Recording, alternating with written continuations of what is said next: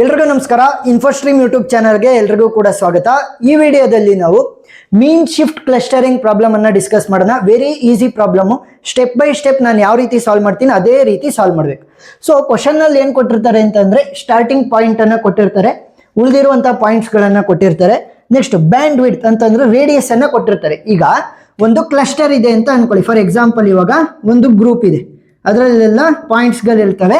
ಇದನ್ನ ಒಂದು ಕ್ಲಸ್ಟರ್ ಅಂತ ಕರಿತೀವಿ ಅಥವಾ ಒಂದು ಗ್ರೂಪ್ ಅಂತ ಕರಿತೀವಿ. ಸೊ ಇದನ್ನ ಬಿಟ್ಟು ಹೊರಗಡೆ ಹೋಗ್ಬಾರ್ದು. ಏನೋ ಇದನ್ನ ಬಿಟ್ಟು ಹೊರಗಡೆ ಹೋಗ್ಬಾರ್ದು. ಸೊ ಇದ್ರ ಲೆಂತ್ ಎಷ್ಟಿದೆ, ಮಧ್ಯದಿಂದ ಇಲ್ಲಿವರೆಗೂ ಇರುವಂತ ಡಿಸ್ಟೆನ್ಸ್ 4 ಇದೆ. ಸೊ ಇದನ್ನೇ ಅವ್ರು ಕೊಟ್ಟಿರೋದು. ಬ್ಯಾಂಡ್ ವಿಡ್ತ್, ರೇಡಿಯಸ್ ಎಷ್ಟಿದೆ 4. ಅರ್ಥ ಆಯ್ತಾ? Next stopping threshold when the new cluster moves less than 0.01. So ನೋಡಿ, ವೆರಿ ಸಿಂಪಲ್. ಯಾವಾಗ ಪ್ರೀವಿಯಸ್ ಕ್ಲಸ್ಟರ್ಸ್ ವ್ಯಾಲ್ಯೂ ಮತ್ತೆ ಹೊಸದಾಗಿ ಕಂಡಿಡಿದಿರುವಂತಹ ಕ್ಲಸ್ಟರ್ಸ್ ವ್ಯಾಲ್ಯೂ ಸೇಮ್ ಬರ್ತವೆ, ಅವಾಗ ನಾವು ಸ್ಟಾಪ್ ಮಾಡ್ತೀವಿ. ಅವಾಗ ಮೂಮೆಂಟ್ 0 ಆಗುತ್ತೆ. ಸೊ ಅವಾಗ ನಾವು ಸ್ಟಾಪ್ ಮಾಡ್ತೀವಿ. ಯಾವ ರೀತಿ ಅಂತ ನಾನು ಸ್ಟೆಪ್ ಬೈ ಸ್ಟೆಪ್ ಎಕ್ಸ್ಪ್ಲೈನ್ ಮಾಡ್ತಾ ಹೋಗ್ತೀನಿ, ನಿಮಗೆ ಅರ್ಥ ಆಗುತ್ತೆ. ಸೊ ಈ ಪ್ರಾಬ್ಲಮ್ ಅನ್ನ ಸಾಲ್ವ್ ಮಾಡೋದಕ್ಕೆ ನಾವು ಒಂದೇ ಒಂದು ಫಾರ್ಮುಲಾನ ಯೂಸ್ ಮಾಡೋದು. ಯಾವ್ದಾದ್ರು formula? Simple, Euclidean distance formula. So step number 1 ಹೋಗೋಣ. ಫಸ್ಟ್ ಯೂಕ್ಲಿಡಿಯನ್ ಡಿಸ್ಟೆನ್ಸ್ ಅನ್ನ ಯೂಸ್ ಮಾಡ್ತಾ ಇದೀವಿ ಅಂತ ಬರೆಯೋಣ. Euclidean distance. So Euclidean distance formula ಏನು? Euclidean distance will be equal to root of x2 minus x1 whole square plus y2 minus y1 whole square. So ಈಗ x1 ಎಂತ ಬೇಕು, x2 ಎಂತ ಬೇಕು, y1 ಎಂತ ಬೇಕು, y2 ಎಂತ ಬೇಕು. ನೀಟಾಗಿ ಅರ್ಥ ಮಾಡ್ಕೊಳ್ಳಿ. y1 ಮತ್ತೆ x1 ವ್ಯಾಲ್ಯೂ ಏನಾಗಿರ್ತವೆ ಅಂತಂದ್ರೆ ಸ್ಟಾರ್ಟಿಂಗ್ ಪಾಯಿಂಟ್ ಆಗಿರುತ್ತೆ. ನೋಡಿ, ಸ್ಟಾರ್ಟಿಂಗ್ ಪಾಯಿಂಟ್ ಏನ್ ಕೊಟ್ಟಿರೋದು 1,1. So x1 value 1, x2 value 1 ಆಗಿರುತ್ತೆ. ಸರಿನಾ? ಸೊ ಸ್ಟಾರ್ಟಿಂಗ್ ಪಾಯಿಂಟ್ ಏನ್ ಕೊಟ್ಟಿದ್ದಾರೆ 1,1. ಸೊ ಅದಕ್ಕೆ ನಾವು ಅದನ್ನೇ ತಗೋಬೇಕು. ಸರಿನಾ? ಸೊ ಇವಾಗ ನೋಡಿ, ವೇರಿ ಆಗ್ತಾ ಹೋಗುತ್ತೆ ಬೇರೆ ಪಾಯಿಂಟ್ಸ್ ಗಳಿಗೆ. ಇವಾಗ ನಾನು Euclidean distance for point P1 ಅನ್ನ ಕಂಡುಹಿಡಿತೀನಿ.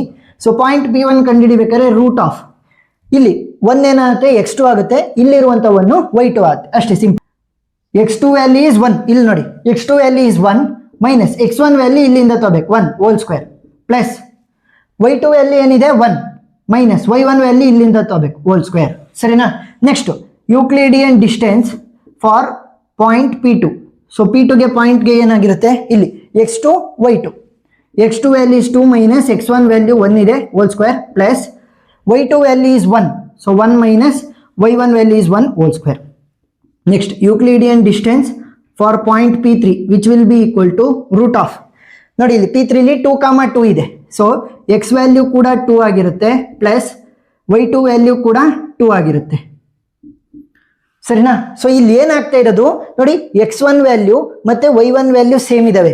x2 ಮತ್ತೆ y2 ವ್ಯಾಲ್ಯೂಸ್ ಮಾತ್ರ ಚೇಂಜ್ ಆಗ್ತಾ ಇರೋದು ಪ್ರತಿ ಸ್ಟೆಪ್ ಅಲ್ಲಿ. ಅದೇ ರೀತಿ Euclidean distance for point P4. So point P4 ಗೆ ಯೂಕ್ಲಿಡಿಯನ್ ಡಿಸ್ಟೆನ್ಸ್ ಯಾವ ರೀತಿ ಕಂಡುಹಿಡಿಯೋದು? 8,8 ಇದೆ ಅದು. So y2 value is 8 minus 1 whole square plus y2 value ಕೂಡ 8 ಅಂತ ಕೊಟ್ಟಿದ್ದಾರೆ. So minus 1 whole square. Next Euclidean distance for point P5. So point P5 ಇದೇನು 9,8 ಅಂತ ಇದೆ. So root of 9 minus 1 whole square plus 8 minus 1 whole square. Next last one, Euclidean distance for point P6 will be equal to root of 8,9 ಅಂತ ಕೊಟ್ಟಿದ್ದಾರೆ. So x2 value is 8 minus 1 whole square, y2 value is 9 minus 1 whole square. So ಇದಷ್ಟನ್ನು ಕೂಡ calculator ಅಲ್ಲಿ ಹಾಕಿ ನಿಮಗೆ values ಸಿಗ್ತಾ ಹೋಗುತ್ತೆ. So ಈಗ Euclidean distance value ಎಲ್ಲದನ್ನು ಕೂಡ ಕಂಡುಹಿಡಿದಿದ್ವಿ. ಈಗ ಮೈನ್ ಪಾಯಿಂಟ್ ಬರೋದು ನೋಡಿ, ಅವ್ರು ಬ್ಯಾಂಡ್ ವಿಡ್ತ್ ಏನಂತ ಹೇಳಿದ್ದಾರೆ, ರೇಡಿಯಸ್ 4 ಇರಬೇಕು. ಇವಾಗ ಒಂದು ಕ್ಲಸ್ಟರ್ ಇದೆ ಅಂತಂದ್ರೆ ಸೆಂಟರ್ ಪಾಯಿಂಟ್ ಇಂದ ಇಲ್ಲಿಗೆ ಇರುವಂತ ಡಿಸ್ಟೆನ್ಸ್ ಎಷ್ಟು 4. ಅದ್ರ ಒಳಗಡೆನೆ ಇರ್ಬೇಕು ಎಲ್ಲ ವ್ಯಾಲ್ಯೂಸ್ಗಳು ಕೂಡ. ಎಕ್ಸ್ಟೆಂಡ್ ಆದ್ರೆ ಅದನ್ನ ನಾವು ಕನ್ಸಿಡರ್ ಮಾಡಾಗಿಲ್ಲ. ಈಗ ನೋಡಿ, 0 less than 4. Yes, it is less than 4. Next 1 is also less than 4. ರೂಟ್ 2 ವ್ಯಾಲ್ಯೂ 1.41 ಬರುತ್ತೆ nearest. So less than 4. Yes. Next 9.9 less than 4. No, it is not less than 4. Next 10.63 ಕೂಡ ನಾಟ್ ಲೆಸ್ ದೆನ್ 4. 10.63 ಕೂಡ not less than 4. So ಇವಾಗ ನನಗೆ ಬಂದಂತಹ ಕಂಡೀಷನ್ಗಳು ಯಾವ್ಯಾವು? ಈ 3 condition ಮಾತ್ರ ನನಗೆ ಸ್ಯಾಟಿಸ್ಫೈ ಆಗಿರೋದು. ಸೊ ಯಾವ್ಯಾವ ಪಾಯಿಂಟ್ಗಳು ಅಂತ ಬರ್ಕೊಳ್ಳಿ. ಸೊ ಪಾಯಿಂಟ್ಸ್ಗಳು ಯಾವ್ಯಾವು? P1, next P2, next P3. So point P1 ಇಂದ ಏನೇನು ವ್ಯಾಲ್ಯೂ 1,1 ಇತ್ತು. ನೆಕ್ಸ್ಟ್ P2 ವ್ಯಾಲ್ಯೂ ಏನಿತ್ತು 2,1. ನೆಕ್ಸ್ಟ್ P3 ವ್ಯಾಲ್ಯೂ ಏನಿತ್ತು ನಮಗೆ 2,2. ಸೊ ಈಗ ಏನ್ ಮಾಡ್ಬೇಕು ಅಂತಂದ್ರೆ ಹೊಸ ಸೆಂಟ್ರಾಯ್ಡ್ ವ್ಯಾಲ್ಯೂನ ಕಂಡುಹಿಡಿಬೇಕು. ಏನ್ ಕಂಡುಹಿಡಿಬೇಕು? ಹೊಸ ಸೆಂಟ್ರಾಯ್ಡ್ ವ್ಯಾಲ್ಯೂನ ಕಂಡುಹಿಡಿಬೇಕು. ಯಾಕಂತಂದ್ರೆ ಆ ಸೆಂಟರ್ ಇಂದನೇ ಅಲ್ವಾ ನಾವು ಡಿಸ್ಟೆನ್ಸ್ ಅನ್ನ ಕ್ಯಾಲ್ಕುಲೇಟ್ ಮಾಡ್ತಿರೋದು. ಬೇರೆ ಪಾಯಿಂಟ್ಸ್ ಗಳು ಎಲ್ಲಿದಾವೆ ಅಂತ ಇಲ್ಲಿ 1,1 ಅಂತ ಕೊಟ್ಟಿದ್ರಲ್ಲ, ಇದು ಸೆಂಟ್ರಾಯ್ಡ್ ವ್ಯಾಲ್ಯೂ. ಸರಿನಾ? ಸ್ಟಾರ್ಟ್ ಮಾಡ್ತಾ ಇರೋದು ನೀವು ಎಲ್ಲಿಂದ? ಸೆಂಟ್ರಾಯ್ಡ್ ವ್ಯಾಲ್ಯೂ ಇಂದ. ಸೊ ಈಗ ನಾನು ಸೆಂಟ್ರಾಯ್ಡ್ ವ್ಯಾಲ್ಯೂನ ಕ್ಯಾಲ್ಕುಲೇಟ್ ಮಾಡ್ತೀನಿ. ಸ್ಟೆಪ್ 1 ಆಗಿರೋದ್ರಿಂದ C1 ಅಂತ ಕರಿತೀನಿ. ಸರಿನಾ? ಸೊ ಈಗ ಸೆಂಟ್ರಾಯ್ಡ್ ವ್ಯಾಲ್ಯೂ ಯಾವ ರೀತಿ ಕಂಡುಹಿಡಿತೀರಾ? ಎಕ್ಸ್ ಜಾಗದಲ್ಲಿರೋದನ್ನ ಆಡ್ ಮಾಡಿ ಆವರೇಜ್ ಕಂಡುಹಿಡಿಬೇಕು.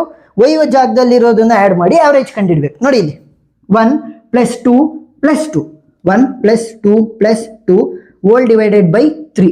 ಸೊ ವ್ಯಾಲ್ಯೂ ಎಷ್ಟು ಬರುತ್ತೆ ಅದನ್ನ ಕ್ಯಾಲ್ಕುಲೇಟ್ ಮಾಡೋಣ. Next 1 + 1 + 2 1 + 1 + 2 whole divided by 3. 3 ಯಾಕೆ? ಟೋಟಲ್ 3 ಪಾಯಿಂಟ್ಸ್ ಮಾತ್ರ ಇರೋದು ನನಗೆ ಅದಕ್ಕೆ. ಸೊ ವ್ಯಾಲ್ಯೂ ಏನಾಗುತ್ತೆ? 1 + 2 3 ಆಯ್ತು. 3 + 2 5. ಸೊ 5/3 5/3 ಕಾಮ 1 + 1 2 2 + 2 4. So 4 divided by 3. ಇದನ್ನ ನೀವು ಸಿಂಪ್ಲಿಫೈ ಮಾಡಿ ಕೂಡ ಬರಿಬಹುದು. ಸೊ ವ್ಯಾಲ್ಯೂ ಏನಾಗುತ್ತೆ? 5 ಡಿವೈಡೆಡ್ ಬೈ 3 ಅಂತಂದ್ರೆ 1.6 ಸಾಕು. 1.66. Next 4 divided by 3 4 divided by 3 value ಏನಾಗುತ್ತೆ? 1.33. ಇದು ಕಂಟಿನ್ಯೂಸ್ ವ್ಯಾಲ್ಯೂ ಬರ್ತಿರೋದ್ರಿಂದ 4 ಡಿವೈಡೆಡ್ ಬೈ 3 ಮಾಡಿದಾಗ 1.333333 ಅಂತ ಎಲ್ಲ ಬರುತ್ತೆ.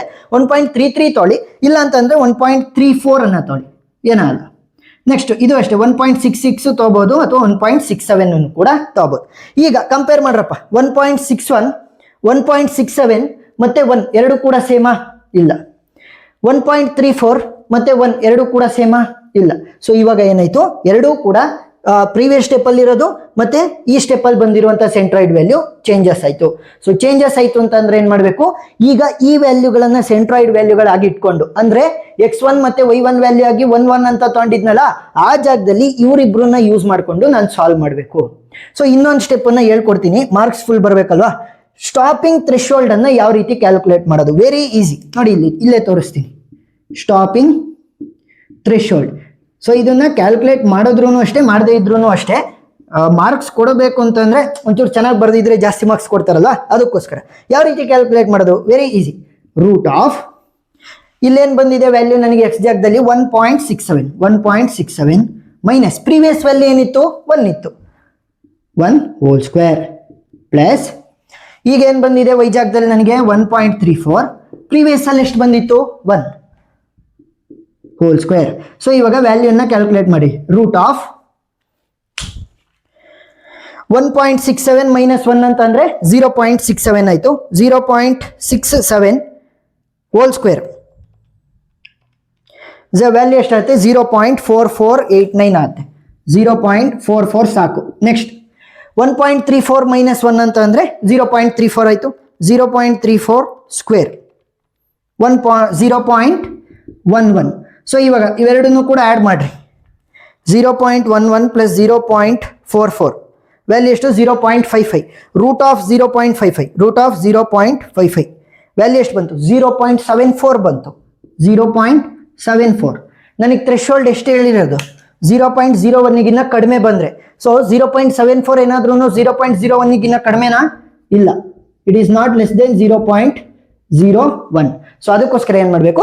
ನೆಕ್ಸ್ಟ್ ಸ್ಟೆಪ್ಪಿಗೆ ಹೋಗ್ಬೇಕು. ಸೊ ನೆಕ್ಸ್ಟ್ ಸ್ಟೆಪ್ ಅಲ್ಲೂ ಕೂಡ ಸೇಮ್ ಪ್ರೊಸೀಜರ್ ಅನ್ನ ಫಾಲೋ ಮಾಡೋಣ. ಸೊ ಈಗ ಎರಡನೇ ಸ್ಟೆಪ್ಪಿಗೆ ಬರ್ತೀವಿ. ಸೇಮ್ ಪ್ರೊಸೀಜರ್ ಫಾಲೋ ಮಾಡೋದು ಏನಿಲ್ಲ. x1 ಜಾಗಕ್ಕೆ 1.67 ಯೂಸ್ ಮಾಡ್ತೀನಿ, y1 ಜಾಗಕ್ಕೆ 1.34. ಇನ್ನು ಉಳಿದಿರೋದೆಲ್ಲ ಸೇಮ್. ಸೊ ನೋಡಿ x1 ಜಾಗಕ್ಕೆ 1.67 ಬರೀರಿ ಎಲ್ಲ ಸ್ಟೆಪ್ ಅಲ್ಲಿ. 1.67 1.67 1.67 1.67 1.67 ಸೇಮ್ ಸ್ಟೆಪ್ಗಳು. ಇಲ್ಲಿ 111 ಅಂತ ಇತ್ತು ಪ್ರೀವಿಯಸ್ ಸ್ಟೆಪ್ ಅಲ್ಲಿ, ಈಗ 1.67 ಅಪ್ಡೇಟೆಡ್. ನೆಕ್ಸ್ಟ್ y1 ಜಾಗದಲ್ಲಿ ಏನಾಗುತ್ತೆ? 1.34 ನಿಮ್ಗೆ ಏನಾದ್ರೂ ಕಷ್ಟ ಆಗ್ತಾ ಇದೆ ಅಂತಂದ್ರೆ ಡೆಸಿಮಲ್ ಆದ್ಮೇಲೆ ಒಂದೇ ಒಂದು ಪಾಯಿಂಟ್ ತಳಿ ಸಾಕು, ಏನಿಲ್ಲ. 1.3 1.6 ಹಂಗೆ ತಗೊಂಡು ಸಾಲ್ವ್ ಮಾಡಿ, ಏನಾಗಲ್ಲ. ಡೆಸಿಮಲ್ ಒಂಚೂರು ಆ ಕಡೆ ಈ ಕಡೆ ಆದ್ರೂ ಕೂಡ ಫೈನಲ್ ಆನ್ಸರ್ ಮತ್ತೆ ಪ್ರೊಸೀಜರಿಗೆ ಮಾರ್ಕ್ಸ್ ಕೊಡ್ತಾರೆ. ಇಲ್ಲಿ ಏನಾಗುತ್ತೆ ಅಂದ್ರೆ ಒಬ್ಬೊಬ್ರು ಇನ್ನೂ ಒಂದೆರಡು ಡೆಸಿಮಲ್ ಪಾಯಿಂಟ್ ಎಕ್ಸ್ಟ್ರಾ ತಗೊಂತಾರೆ, ಒಬ್ಬೊಬ್ರು 1 ಪಾಯಿಂಟ್ ಮಾತ್ರ ತಗೊಂತಾರೆ, ಒಬ್ಬೊಬ್ರು ಡೆಸಿಮಲ್ ತಗೊಳಲ್ಲ, ನಿಯರೆಸ್ಟ್ ವ್ಯಾಲ್ಯೂಗೆ ಈಕ್ವೇಟ್ ಮಾಡ್ಕೊಂತಾರೆ. ಅವಾಗ ಫೈನಲ್ ವ್ಯಾಲ್ಯೂ ಒಂಚೂರು ಫ್ಲಕ್ಚುಯೇಟ್ ಆಗ್ಬೋದು, ಬಟ್ ನಿಮ್ಮ ಪ್ರೊಸೀಜರ್ ಏನಿರುತ್ತೆ ಅದಕ್ಕೆ ನಿಮಗೆ ಪರ್ಫೆಕ್ಟ್ ಮಾರ್ಕ್ಸ್ ಅನ್ನ ಕೊಡ್ತಾ ಹೋಗ್ತಾರೆ. ಸರಿನಾ? ನೆನಪಿರ್ಬೇಕು. ಸೊ ಇಲ್ಲಷ್ಟು 1.34 1.34 1.34 1.34. ಸೊ ಈಗ ಇದಷ್ಟನ್ನು ಕೂಡ ಕ್ಯಾಲ್ಕುಲೇಟರ್ ಅಲ್ಲಿ ಹಾಕಿ. ಸೊ ಈಗ ವ್ಯಾಲ್ಯೂಗಳನ್ನು ನಾನು ಕಂಡುಹಿಡ್ಕೊಂಡಿದ್ದೀನಿ. ಸೊ ಕಂಡುಹಿಡ್ಕೊಂಡಾದ್ಮೇಲೆ ಏನು ಮಾಡಬೇಕು, ಕಂಪೇರ್ ಮಾಡಬೇಕು. ರೇಡಿಯಸ್ ಒಳಗಡೆನೆ ಇರಬೇಕು. Radius is 4, 0.74 less than 4, S.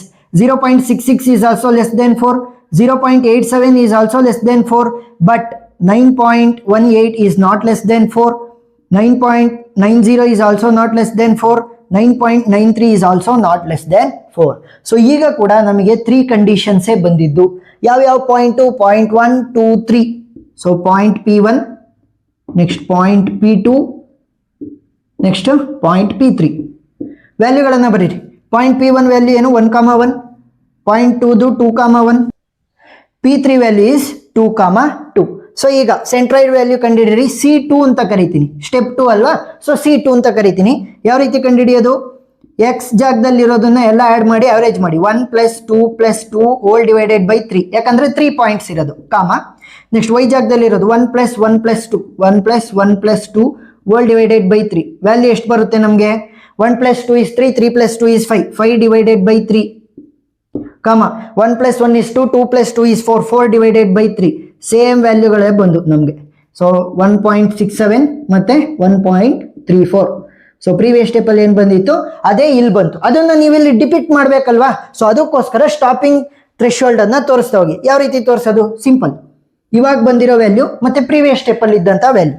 So ಇವಾಗ ಬಂದಿರೋ ವ್ಯಾಲ್ಯೂಗಳೇನು, 1.67 ಮೈನಸ್ ಎಕ್ಸ್ ಜಾಗದಲ್ಲಿ ಪ್ರೀವಿಯಸ್ ಸ್ಟೆಪ್ಪಲ್ಲಿ ಏನು ಬಂದಿತ್ತು, ಸ್ಟೆಪ್ ನಂಬರ್ 1 ಅಲ್ಲಿ ಇದೇ ವ್ಯಾಲ್ಯೂ ಬಂದಿತ್ತು, 1.67 ಹೋಲ್ ಸ್ಕ್ವೇರ್ ಪ್ಲಸ್ ವೈ ಜಾಗದಲ್ಲಿ ಏನು ಬಂದಿದೆ, 1.34 ಮೈನಸ್ ಪ್ರೀವಿಯಸ್ ಸ್ಟೆಪ್ಪಲ್ಲೂ 1.34 ಬಂದಿತ್ತು ಹೋಲ್ ಸ್ಕ್ವೇರ್.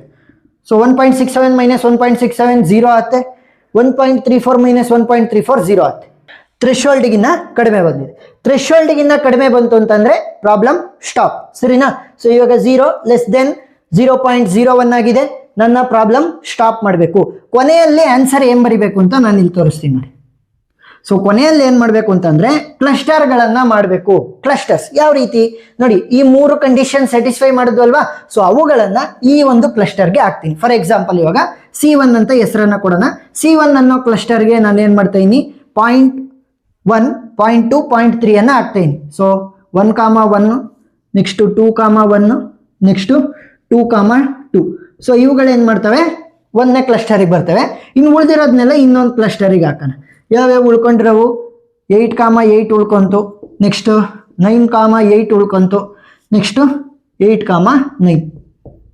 ಸೊ ಈಗ ಇವೆರಡಕ್ಕೂ ಕೂಡ ಸೆಂಟ್ರಾಯ್ಡ್ ವ್ಯಾಲ್ಯೂನ ಕಂಡುಹಿಡಿಬೇಕು. C1ಗೆ ಆಲ್ರೆಡಿ ಸೆಂಟ್ರಾಯ್ಡ್ ವ್ಯಾಲ್ಯೂ ಕಂಡುಹಿಡಿದಿದ್ದೀರಾ ನೋಡಿ, ಇಲ್ಲೇ ಇದೆ C1ಗೆ. C2ಗೆ ಮಾತ್ರ ಕಂಡುಹಿಡಿಬೇಕು. ಸೊ C1ಗೆ ಇಲ್ಲೇ ಬರೀರಿ. C1 ಇನ್ ಸೆಂಟ್ರಾಯ್ಡ್ ವ್ಯಾಲ್ಯೂಸ್ ಏನಾಗ್ತವೆ, ಸೆಂಟ್ರಾಯ್ಡ್ ವ್ಯಾಲ್ಯೂಸನ್ನು ಈ ರೀತಿ ರೆಪ್ರೆಸೆಂಟ್ ಮಾಡಬೇಕು, 1.67, 1.34. ಸೊ ಇದೇ ರೀತಿ ನಾವು ಇದಕ್ಕೆ ಸೆಂಟ್ರಾಯ್ಡ್ ವ್ಯಾಲ್ಯೂನ ಕಂಡುಹಿಡಿಬೇಕಾಗತ್ತೆ. C2ಗೆ ಯಾವ ರೀತಿ ಕಂಡುಹಿಡಿತೀರಾ, ಸಿಂಪಲ್. ಎಕ್ಸ್ ಜಾಗದಲ್ಲಿ ಇರೋದನ್ನೆಲ್ಲ ಆ್ಯಡ್ ಮಾಡಿಬಿಟ್ಟು ಡಿವೈಡ್ ಬೈ 3 ಮಾಡ್ರಿ. 8 + 9 + 8 whole divided by 3, Y ಜಾಗದಲ್ಲಿರೋದು 8 + 8 + 9, 8 + 8 + 9 whole divided by 3. So value ಏನಾಯ್ತು ನೋಡಿ, 8 + 9 + 8 25 ಆಯಿತು, ಡಿವೈಡೆಡ್ ಬೈ 3. ಸೊ 8.33 ಆಗುತ್ತೆ. ಅಲ್ಲೂ ಕೂಡ 8.33 ಬರುತ್ತೆ. ಸೊ 8.33, 8.33.